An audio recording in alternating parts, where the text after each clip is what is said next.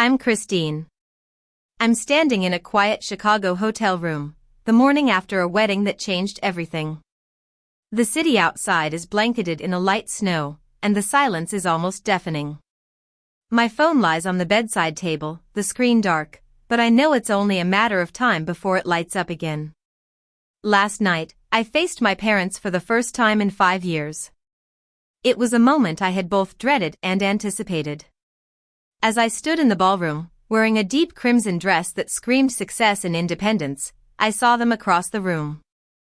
My mother, looking smaller and more fragile than I remembered, and my father, his hair now almost completely white.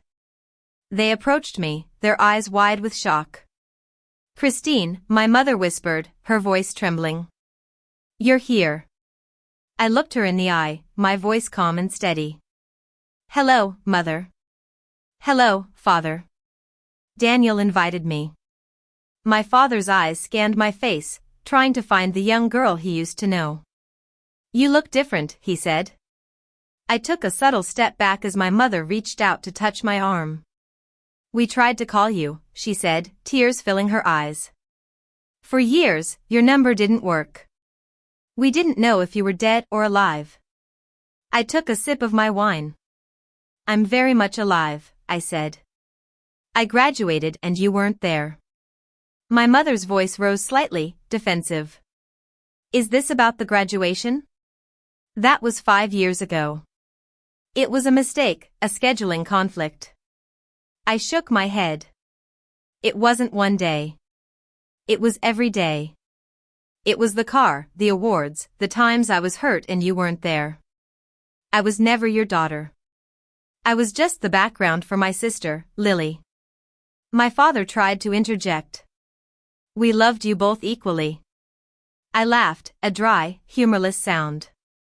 "Be honest, Dad. Look at the data. Who had the wall of photos? Who got the attention? Who got the empty seats at my graduation?" The truth hit him, and I saw the realization in his eyes. My mother sobbed. "We did the best we could. Parenting is hard." I leaned in closer. "I know it's hard, but you didn't even try with me. You chose her over and over again. And that's fine. It's your right to choose. But it's my right to choose, too. And I chose to leave." My mother looked shattered. "Can we fix this? Can we start over?" I looked at them, feeling a pang of sadness. "I don't know.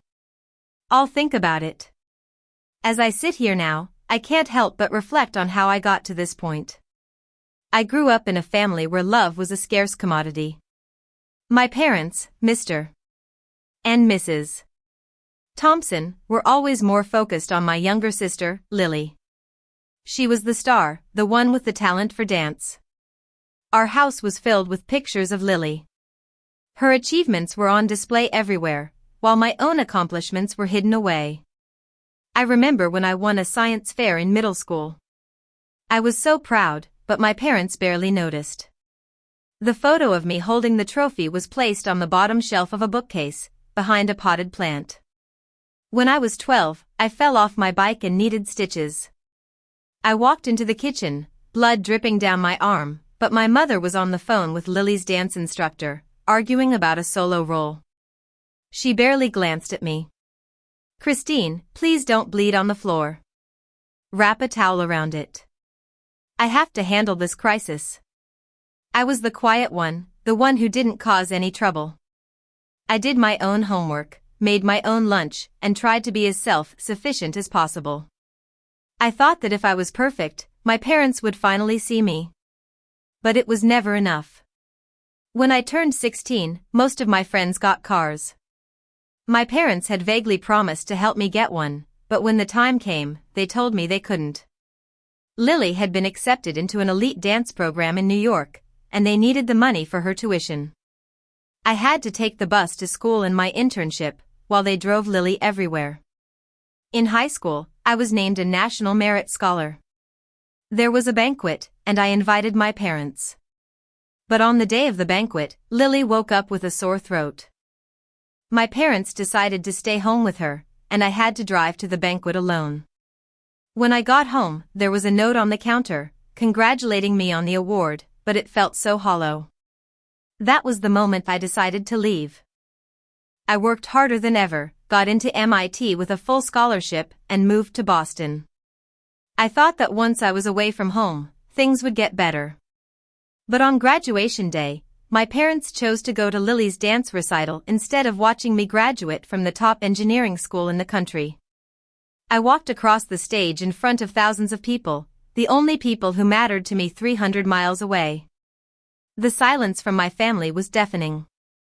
When I got the text from my mother, saying that Lily's recital time had changed and they couldn't miss it, and asking about my little ceremony, something inside me snapped. I blocked their numbers, changed my phone number, and moved to Seattle.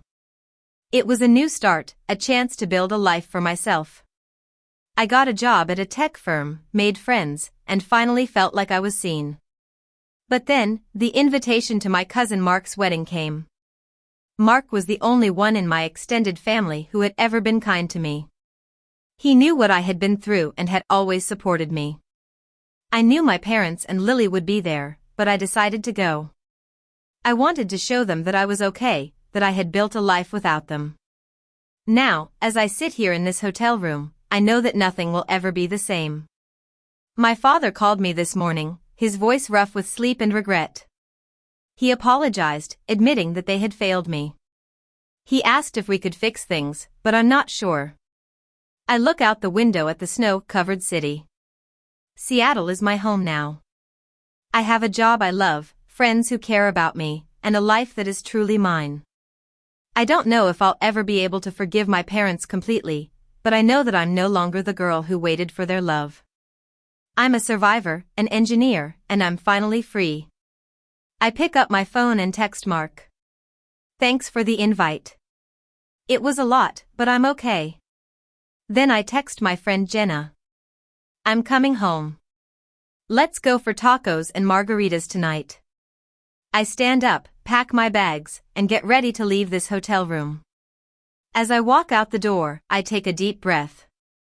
The future is uncertain, but I'm ready to face it on my own terms.